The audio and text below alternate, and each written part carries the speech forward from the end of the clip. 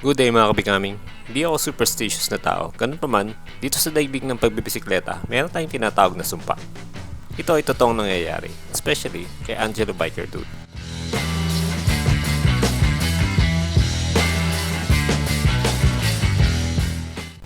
At yung mga sumasama sa kanya.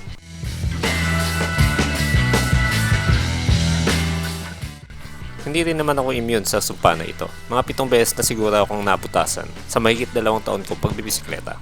Sa very short video na ito ay ibabahagi ko lang po ang unboxing na nabili kong pangontra sa sumpa. Bibigyan na rin natin ito ng initial review.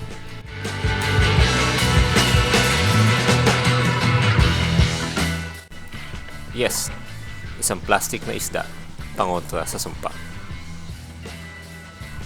Ito ay pinagdikit na plastic tire levers o pry bar na meron ng built-in na metal file o abrasive pad.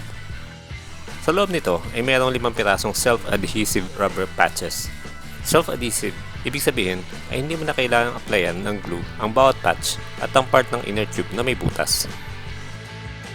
Isa sa inaasahan kong kagandahan nito ay mukhang matibay ang mga tire levers. Yun talaga ang habol ko dito.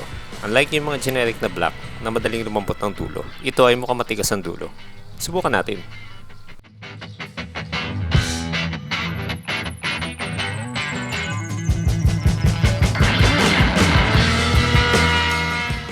Ayos.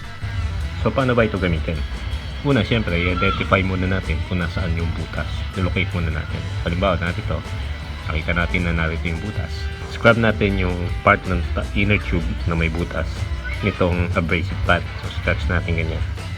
So once na scratch na natin, punas-punasan lang natin, matanggal yung mga powdered na rubber, and then kuha tayo ng isang self-adhesive na rubber patch. Then idikit lang natin na parang sticker over the butas. Ano lang kasimple. So pwede ko na alisin yung box ng patch kit ko sa aking triangle bag at palitan ko nitong berdeng isda na panlaban sa sumpa.